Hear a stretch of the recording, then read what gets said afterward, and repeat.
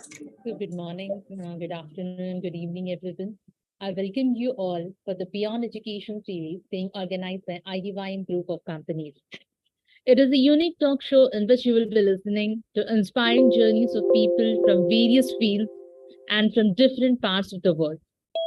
Everyone needs an inspiration, and Beyond Education gives you the edge you need, inspiring you to succeed as entrepreneurs, leaders, managers, and boss.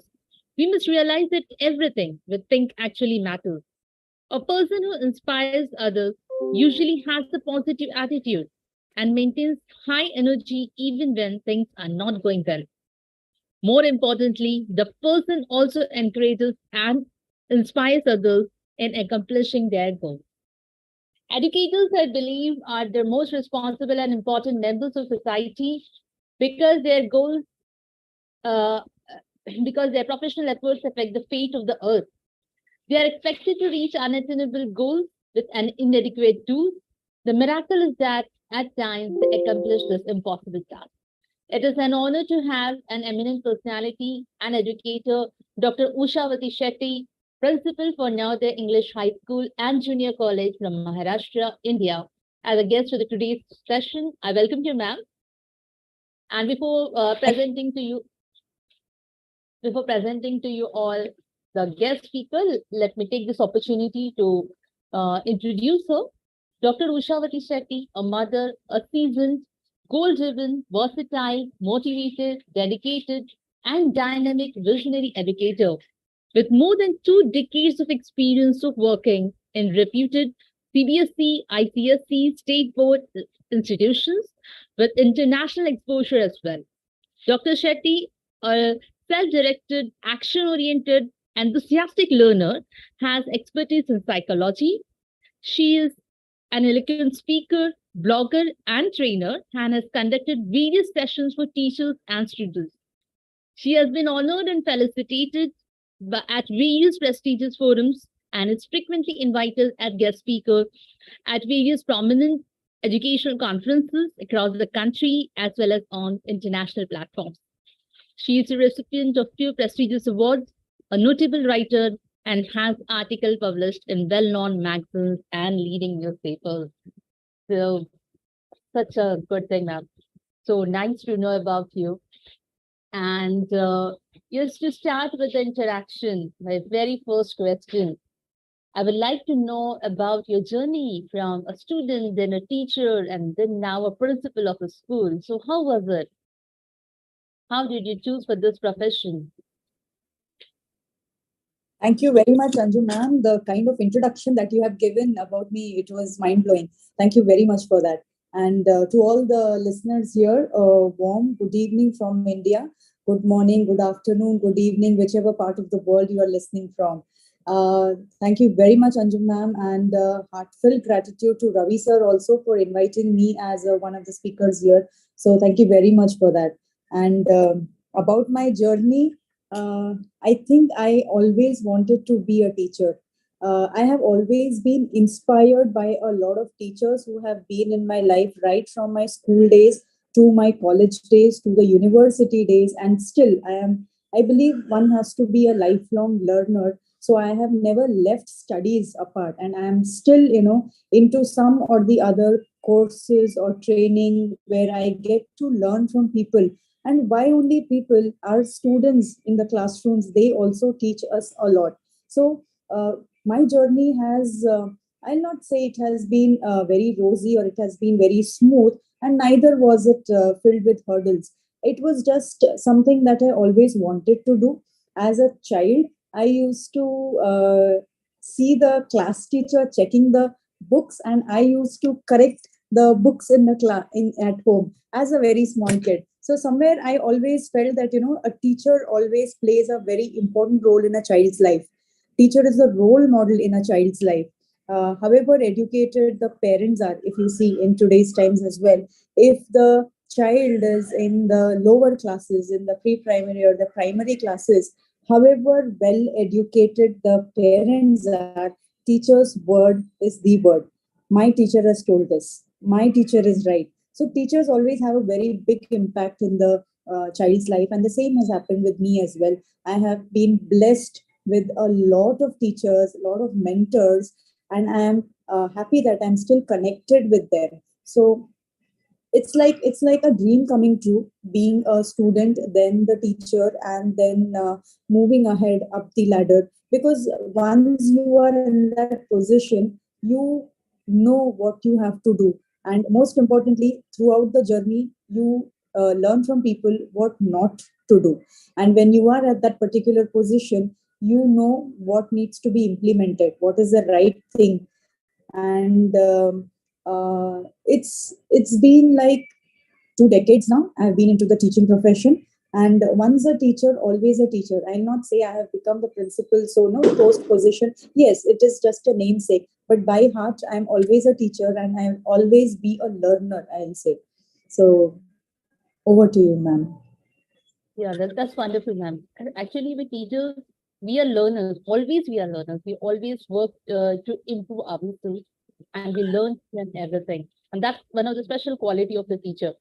And Yes. now, because like in any profession we are supposed to have some types of skills.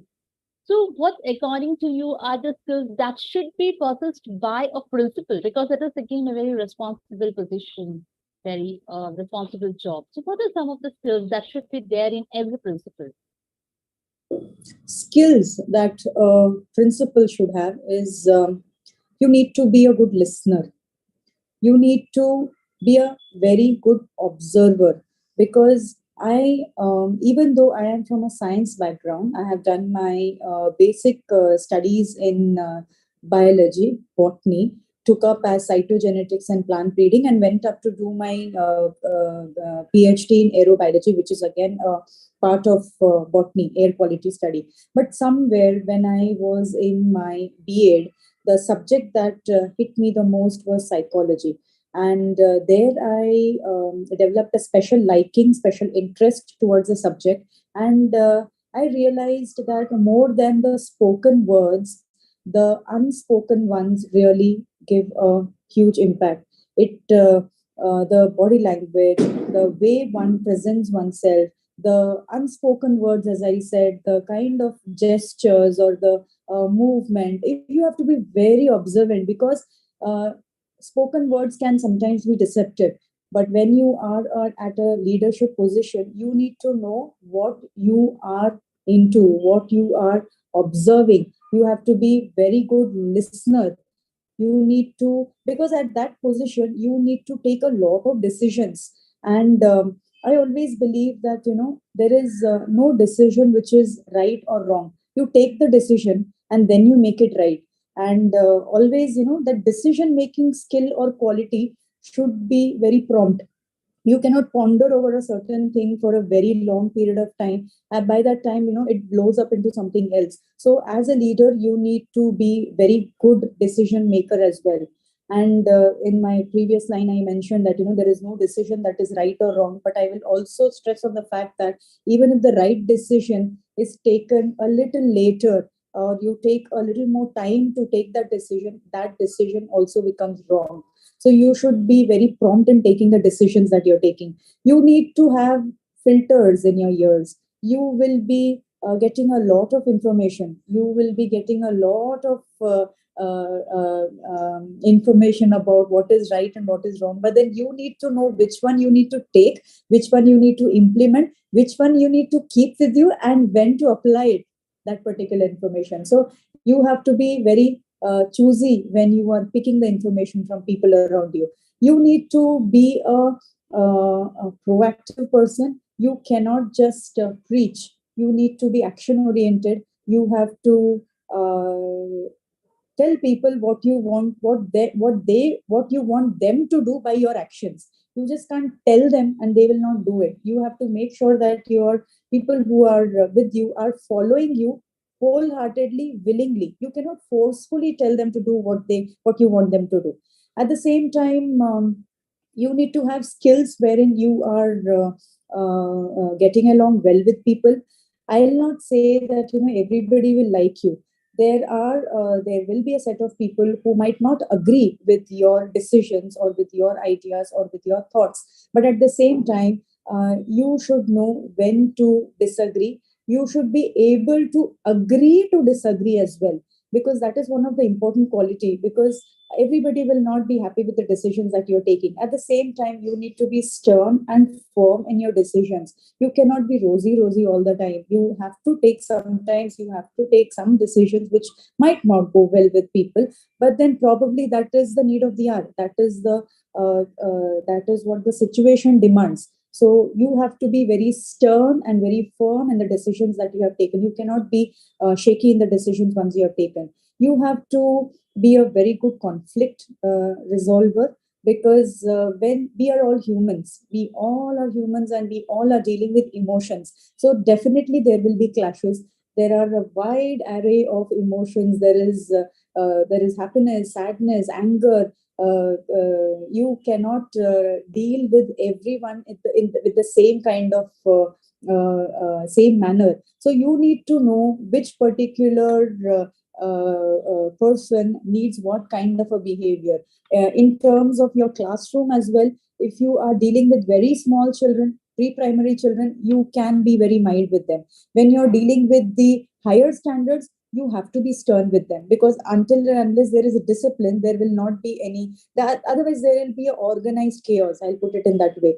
And at the same time, you're dealing with a bunch of staff members also, who are not kids, who are adults, who are people who are your own age. They will be younger than you, they will be older than you. At the same time, you need to maintain that kind of respect for their level of experience that they hold, their qualification, their caliber, their talent, their skill.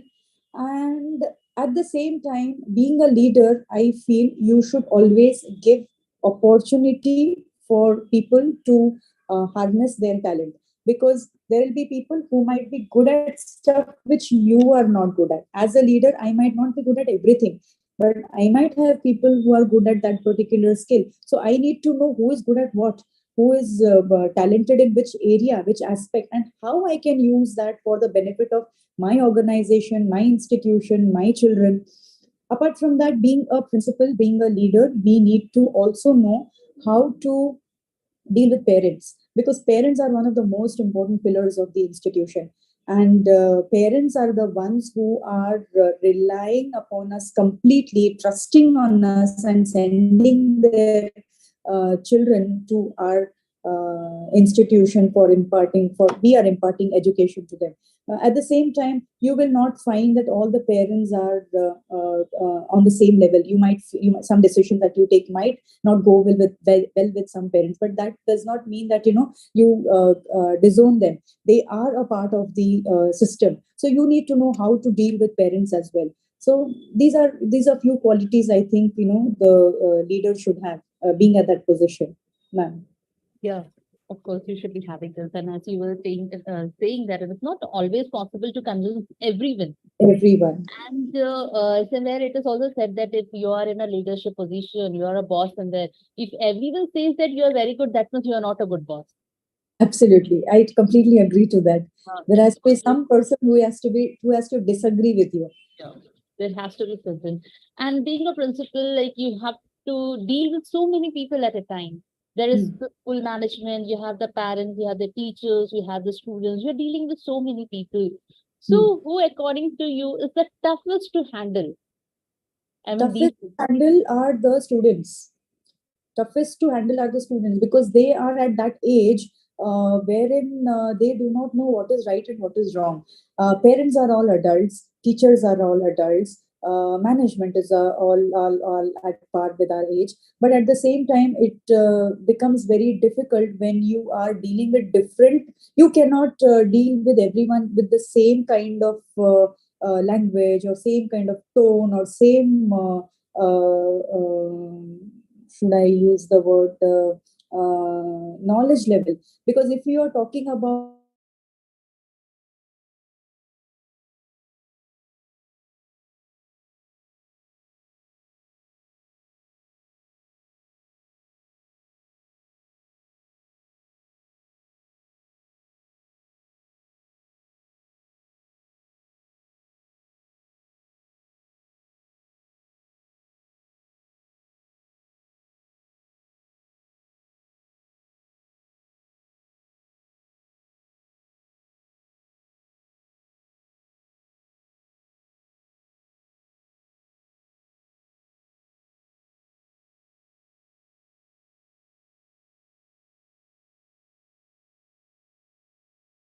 The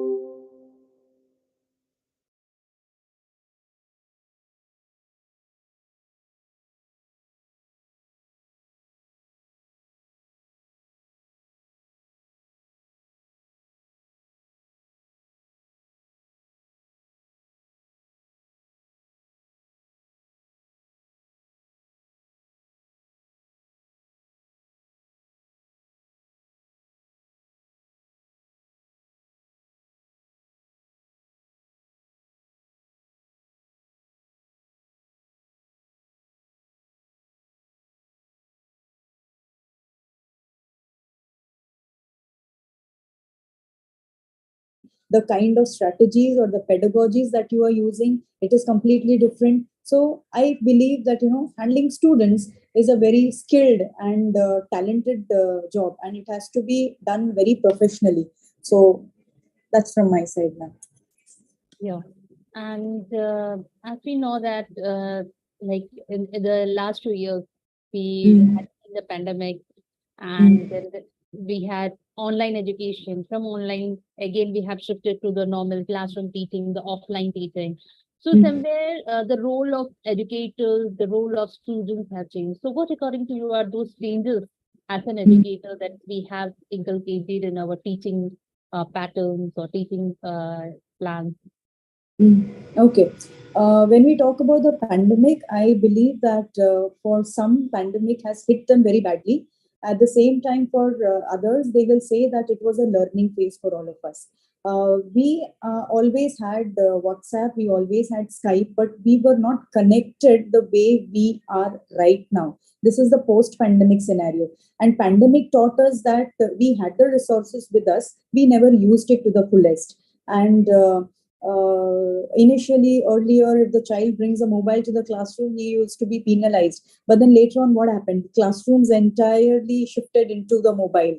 And I noticed one thing, ma'am, that even though there are veteran teachers who have been in this industry for the last 20, 30 years, when we shifted from the classroom chalk and talk method into the digital mode, even they were struggling, because we were so used to that kind of a setup wherein we were so comfortable teaching inside the four walls of the classroom. Moving into the digital world was very difficult for some of them, but few of them, they really adapted very well.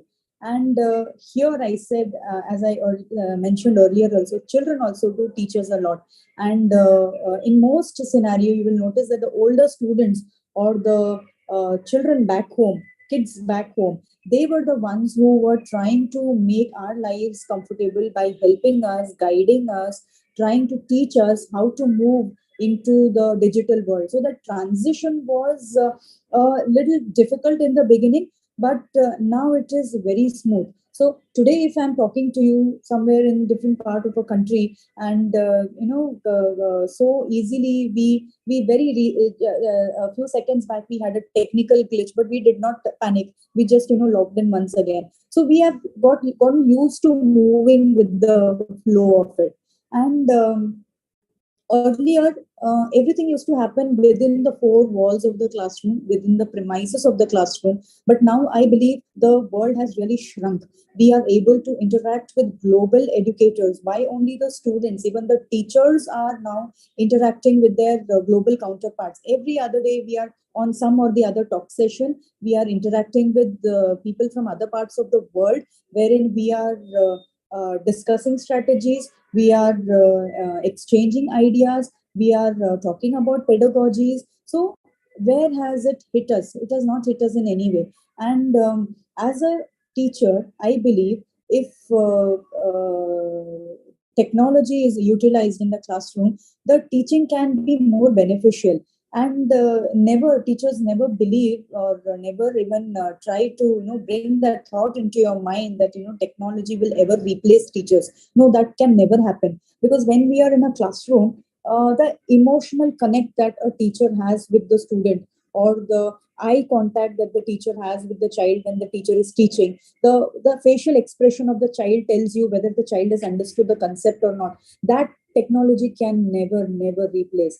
Technology it is just a tool designed to make your teaching experience more enriching. It can probably give you the concepts in a better manner. Abstract contents can be taught in a very simplified manner, but at the same time, teacher's role has always been very important, and it will always remain that way. My first question that you had asked me was regarding the role models.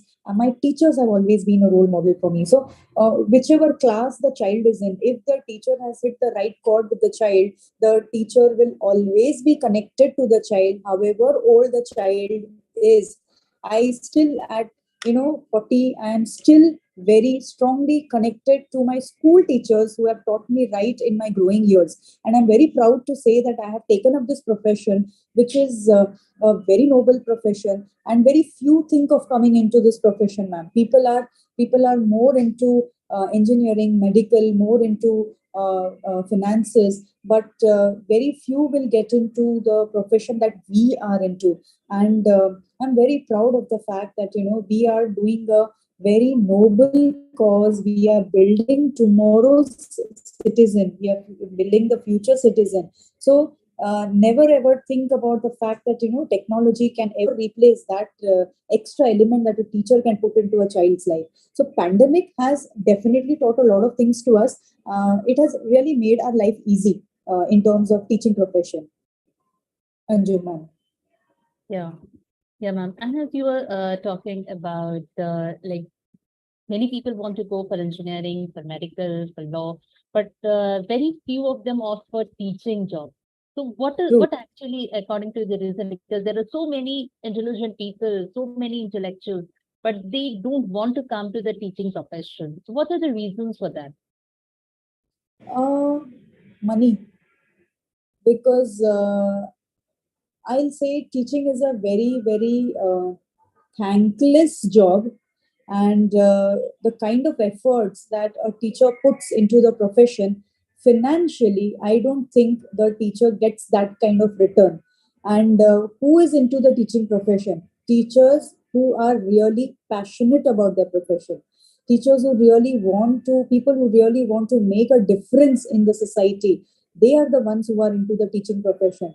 Very few people will actually come forward and take up a job in a school wherein you are all the time interacting with the students, trying to mold them, trying to train them, trying to guide them. Why? Because look at the inflation. Where has the world gone now? The kind of lifestyle that people wish to maintain, with the kind of salary that the teachers are getting, I don't think such kind of a lavish lifestyle a teacher can have. And this is one of the profession which builds all the profession. You want to become a doctor, there is some teacher teaching there. You want to become an engineer, there is a teacher who is teaching you, training you to become an engineer. You want to get into the CA profession, there is a teacher who is coaching you. So teachers are someone who are really passionate about their job. And I don't think it is very lucrative in terms of the money that or the returns that we get. But yes, if you are very passionate about it, if you are very closely associated with the content or with the subject or with the children, the kind of satisfaction, the job satisfaction that you get, that is more than enough than the money that it earns. 20 years later, when you find one of your students in a very good job, getting a good post and position, you feel very proud that somewhere at some point of time, you as a teacher has made a slight bit of difference in that child's life. And when that child also reciprocates, you find that child somewhere outside, and the child recognizes you and wishes you. You might, many a times we have noticed that we don't identify the children because they are grown up. They are very grown up. The way they were in the school classrooms, it's very different scenario. But they remember you. They come back to you. They talk to you. That is something, returns which none other profession will give you. And very few understand that. Very few are passionate about the teaching profession. So that is the reason there is a dearth of good teachers. Even if today, if we put up an interview, 20 might come, but hardly two or three are worth the job. So yes, that is, very few are interested in taking up a profession which is not paying you well. Yeah, this is one ma'am. of the basic reasons, man. One of the main reasons we can say, because the people, they go for a job, they want something in return, and they are not getting so much of the Yes. lucrative job offers that are not there in Mm, because that people are not opting for this kind of job. And mm, just like we are talking about education. So everywhere now we are discussing about national education policy, NEP 2020. mm. So, what, according to you, are the positive changes that will be brought by NEP 2020 in the education system? Okay. NEP 2020, ma'am. It is a visionary document. Looks very good on paper. It looks absolutely amazing on paper. And when we actually start implementing it in our classrooms, there we will come to know where and when and how we need to make those changes in our system. As of now, we are just talking about it. We have formulated it. We are yet to implement it. So on paper, it looks beautiful. Uh, how well the teacher is able to implement that in the classroom, that is a very challenging task. So multiple training sessions are being conducted. We do have multiple sessions where teachers are being trained as to how it needs to be implemented. If it is implemented word by word, I don't think there is anything better than that.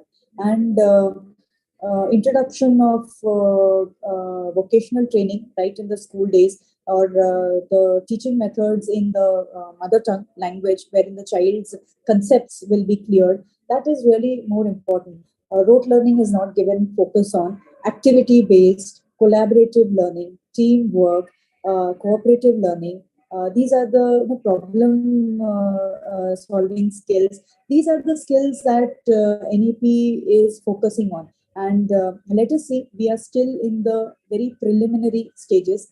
Pilot schools have been chosen, and NEP documents have been given to them to see how it is being implemented. Now, probably by 2025, let's see how we are able to do it. But on paper, it looks beautiful. On paper, it is very good. Let's see. Once we start implementing, we'll be able to know what challenges we are facing. Yes, Yeah, ma'am. once we start doing it, only then we will be knowing the challenges. And somewhere True. NEP, it focuses on uses of technology, on developing the technical skills and programming skills of the students. Mhm. So, according to you, how beneficial it will be for the students to learn coding from a very young age, right from the school? How beneficial it will be? It will be very beneficial, ma'am. Why? Because when we talk about today's generation, they are digital natives. We slowly moved into it. There was a transition phase for us during the pandemic. We had the mobiles in our hand, but then you know how many features in that mobile were you using? Even if you are having the most expensive phone in your hand, 2000 apps in that, how many are you using? You're calling, you're taking photographs, you're taking videos, you're using the WhatsApp, Facebook, very nominal, minimal things we were doing. But when we moved from the transition that happened from the traditional way of conventional way of teaching into the digital platform, it took some time for us to move into that. But today's child, if you see a 2-year-old child, if you give a mobile to the child knows where is the YouTube button, the child knows what to look for, the child knows which button to press, and which particular rhyme or music will come forward. So these children are very smart. They are, as I rightly use the word, digital natives. So for them, if you are introducing coding right in the school days, it is like an added benefit for them. They have that experience right from their school days, and taking it forward, it will be very helpful for them in their further part of the career. So, and we all are in the digital world now. Everything is automated. Artificial intelligence is the in thing in today's world. So introduction of coding in the school scenario is very important. It has to be done. Children need to know coding. Children need to understand the basic concepts right in the school days itself. That will be very beneficial, ma'am. It has to be done. It has to be implemented. Of course, it should be done. And the other thing that we keep on talking about, moving towards a self-reliant India. And for that, somewhere innovation, research, and encouraging the students for entrepreneurship, even that is being given so much of importance. So, like, how can we encourage the students in school days for innovation, for entrepreneurship? How can it be done? Okay. If you notice that the new education policy also focuses on vocational training. Vocational training is something that will really help in future entrepreneurs. Why? Because if you see the system that was here earlier, we just focused on completion of the portion.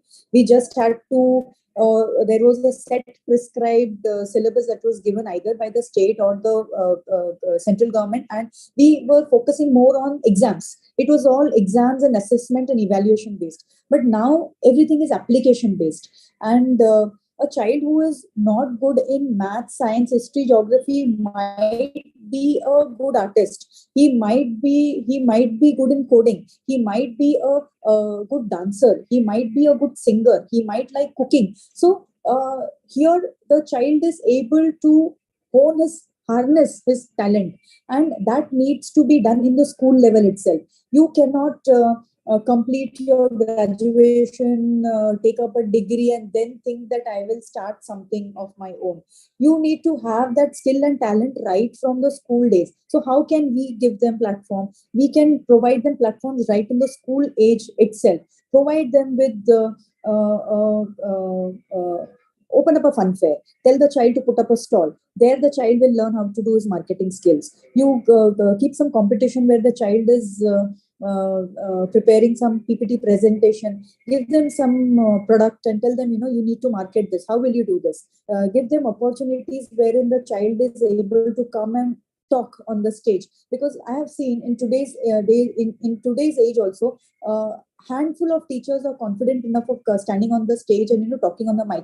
Inside the classroom with their 30-40 children, they are very comfortable. But if that same teacher is put up on a stage and with a mic is given, then the hell breaks loose. So that particular confidence that the child needs to have when the child is growing up, that can be built in the school scenario only. Make sure that the child is given all round development, holistic development, be it public speaking, be it communication skill, be it interpersonal skill, be it confidence level, be it conflict resolution, team building activities. You can give platforms to the students in the school scenario. So that becomes your intra school. Choose the students out of that and send them out. Let them go. Let them participate in inter-school competitions, national level, state level, district level. There are a lot of opportunities. Give them opportunities so that the child knows that when he's dealing with counterparts of the students of his age from other part of the state or other school, he knows where he lands. Why? Because school is a very protected environment. He knows each and every child in the classroom, or he knows the students within the school. But when the same child is competing with somebody else of his own age, of his own age category, there the child learns. And even if the child fails there, if he doesn't win there, even if he fails there, he learns a lesson. Failure is something that we need to teach our students. Our children need to understand that failure is a stepping stone. You need to embrace failure, because if you are not able to accept failure, you will never succeed. Because a child who is coming first always, if he comes second, he's dejected. But a child who is scoring 40, if he scores 38, 39, he's happy. I did something, I got something, I moved some ladder up. So somewhere I feel more than the confidence building and all, the students need to be taught how to deal with failure. And we are seeing many cases in these days wherein children are not able to accept failure, and um, they are not able to accept that they lose heart very easily. But life is not a bed of roses. They need to understand school is a very protected environment. Tomorrow you're going into the open world. You will be working somewhere in an organization where there will be seniors, where there will be juniors, where there will be people working your same age criteria. But at that point of time, you need to know how you need to deal with everyone. Interpersonal skills matters a lot. So somewhere as a school, you need to provide that platform to the children.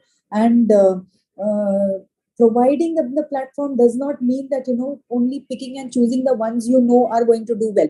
No, equal opportunities for all. What will happen? The child will falter, but at least the child has tried. Probably next time he will do much better. Give him training, give him coaching.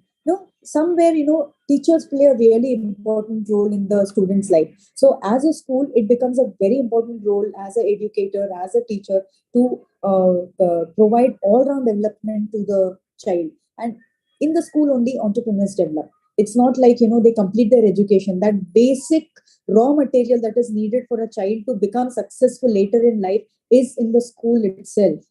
That is my opinion now.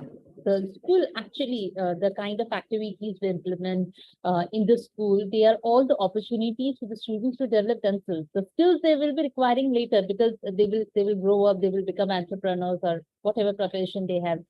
All those skills are somewhere developed during the school time, and this activity conduct, and we encourage them to go outside. Even that is what we are doing. We always encourage them. Okay, you are participating in the school or college, that is okay, but go to outside the school, because there you will learn more. Yeah, that's more important. And like yes, always the parents have a very important role, especially because you are in school, somewhere in the school, whether in school or college, wherever it is. So, what is the importance of parent teachers meeting or calling parents to the school, interacting with the parents? How far it is important? What is its role in the education of a child? Very important. Very, very, very important. Parents are the pillars of the institution. It is because of the parents that the students are in our institution. So, giving the due respect and credit to the parents becomes very important. Keeping the parents updated about school activities is very important. Whatever activities you are putting forward to the students in the classroom, you cannot send a circular one day prior to the child. Proper intimation needs to be given, proper respect should be given to the parents time. Parents are also working somewhere, so keeping parents involved in all the school activities becomes very critical and crucial from the teacher's point of view. At the same time, involve parents as volunteers in all the school activities. You can have certain days wherein, for example, very small children in the pre-primary section, nursery, junior, senior, I have seen these days, due to whatever the inflation you say or the growing expenses that you say, one parent earning is not sufficient for the family, and the kind of lifestyle that we have to maintain, or the fees or the medical expenses, both the parents need to earn. And in that scenario, what happens, either the child is in a caretaker's custody or the child is in a creche. So where is the parent able to spend quality time with the child? So somewhere, school has to play a role there. School needs to provide opportunities wherein you are probably organizing a day, maybe coloring with dad. Okay, that can be Father's Day celebration. You can invite the fathers to the school. They can sit with the children and they can sit and color with the child.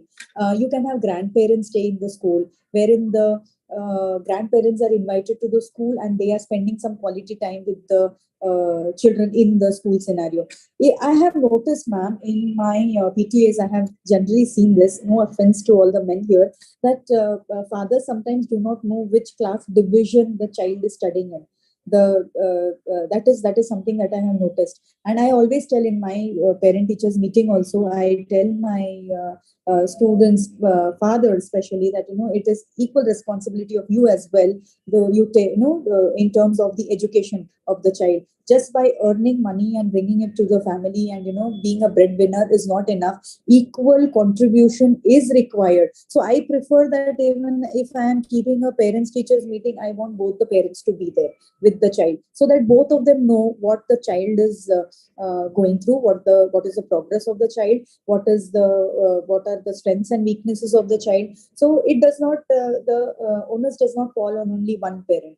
At the same time, as a school, that we arrange a lot of cultural activities, be it sports day, be it parents day, be it prize distribution, be it annual day.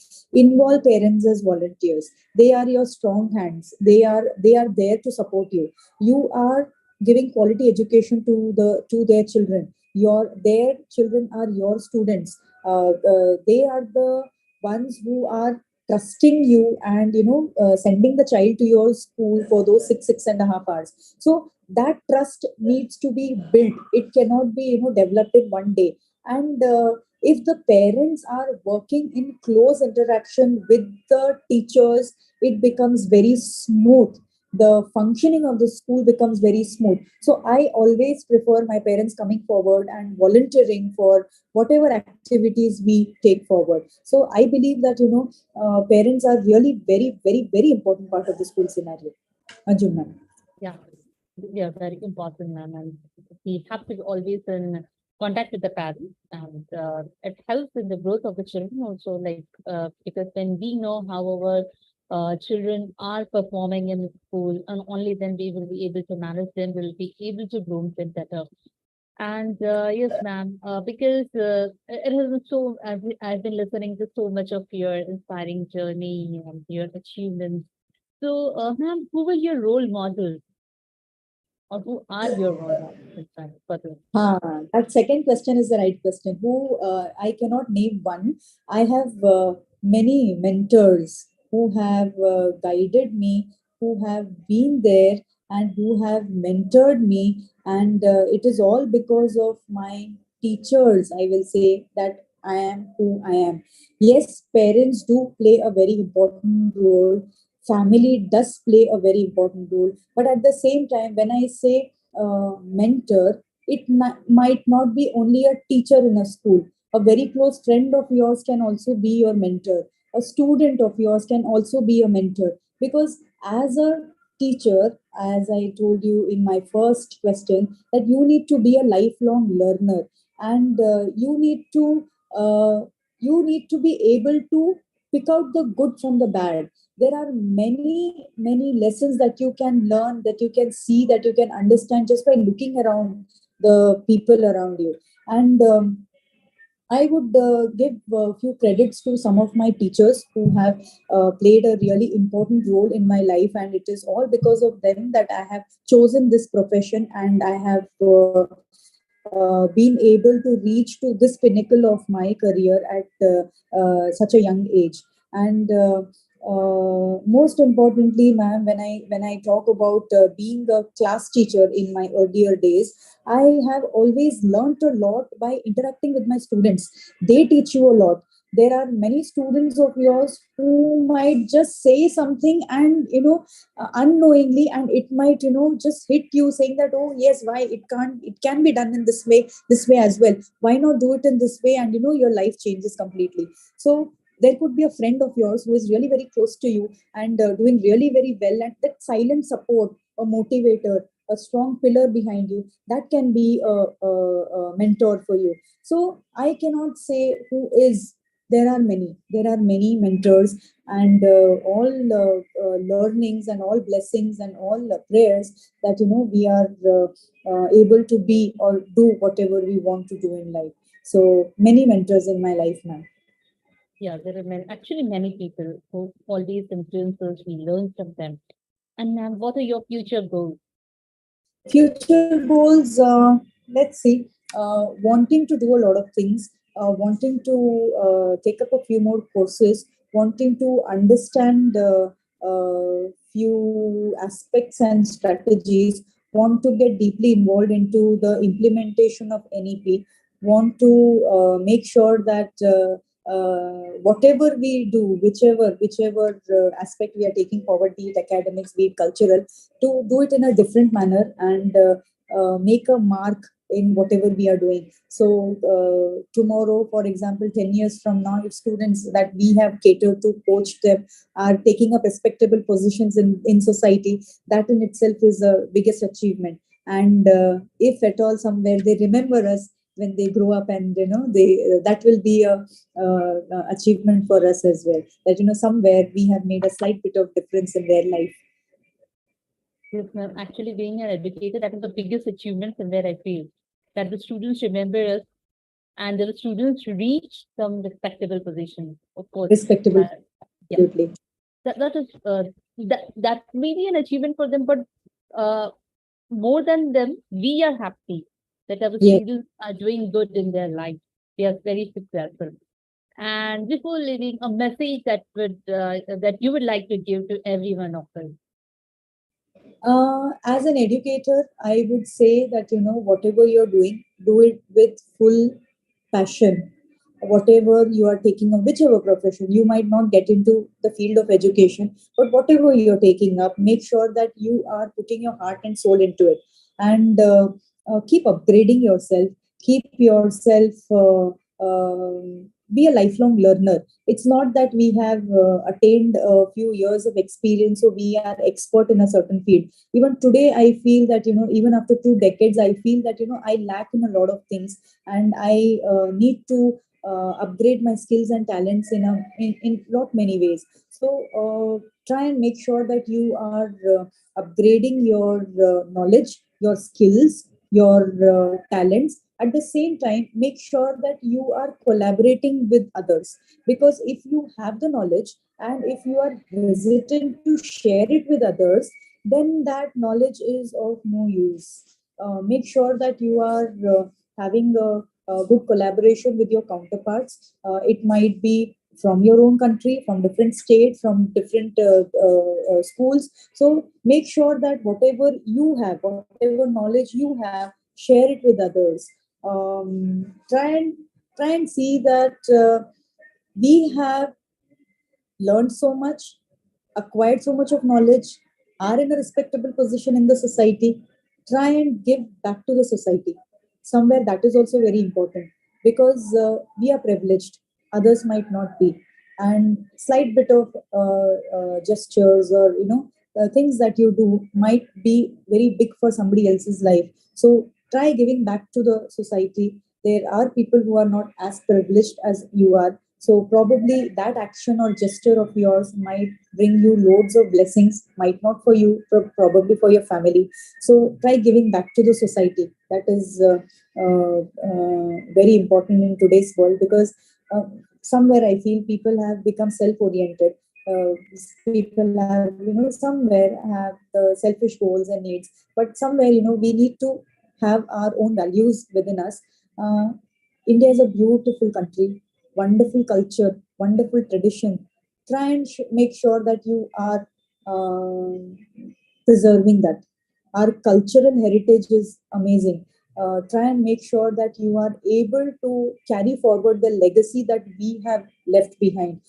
Care for society, care for nature, care for environment. We might not be here 20, 30, 40 years down the line. The future generation should not curse us for whatever we have done. So slight bit of efforts if you start taking from now, might be saving of nature, planting of trees, or giving back to the society in terms of visiting a disabled school or a old age home, or trying to bring a smile about in somebody who is not as privileged as you are. So apart from teaching, learning, being an educator, try to be a good human being, because that is something that is lacking in today's world. And always listen to your inner voice, your instinct. That really comes from a very nice place, and your instincts are never wrong. So even if sometimes when you take up a decision and you feel that you are going wrong somewhere, just stop, listen to the instinct, and take the right path. Sometimes there might be situations wherein you have taken a decision and you are finding it very difficult. Don't stop, just go ahead. Think back, why did you take that decision? Probably something might have prompted you to take that decision. And don't lose heart, just have patience and move ahead. failure is Failure should not stop you. Success always comes after a lot of failure. So if you are moving ahead in the right direction, even the smallest of steps that you're taking, but in the right direction, it will never lead you to the wrong destination. So that's from me, ma'am. Anjum, ma'am, you're on the mute mode, ma'am. Firstly, we should be knowing that yes, there is something that will be lacking in us. We should be recognizing that, and we should be able to accept our mistakes, accept our failures. And the most beautiful concept that you told about giving back to the society, bringing smiles in the face of the people. Because I have read somewhere, success is when your presence brings a smile on the face of the people around you. So that was True. something you told, and it was very nice interacting with you Your and knowing. presence should also be felt, ma'am, and your absence should be felt even Yeah, stronger. yeah, that was more required.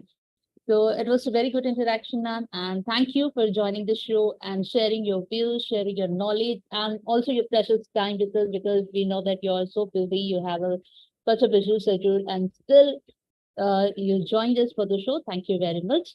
And special thanks to Ravi sir and all the team of IDYM, Deenat ma'am, Deenul, and everyone behind the screen who have been working tirelessly to bring back-to-back sessions every day. Thank you, one and all. Thank you. Thank you very much. Thank you very much for having me on the show, Ravi sir. Thank you very much. I know you are behind the scene. Thank you very much for putting up this show and inviting me as one of the speakers. I feel honored, privileged, and blessed to be a part of your show. You have been a wonderful host, Anju ma'am. Thank you very much. Hope to have future interactions again. Thank you very much. Thank you.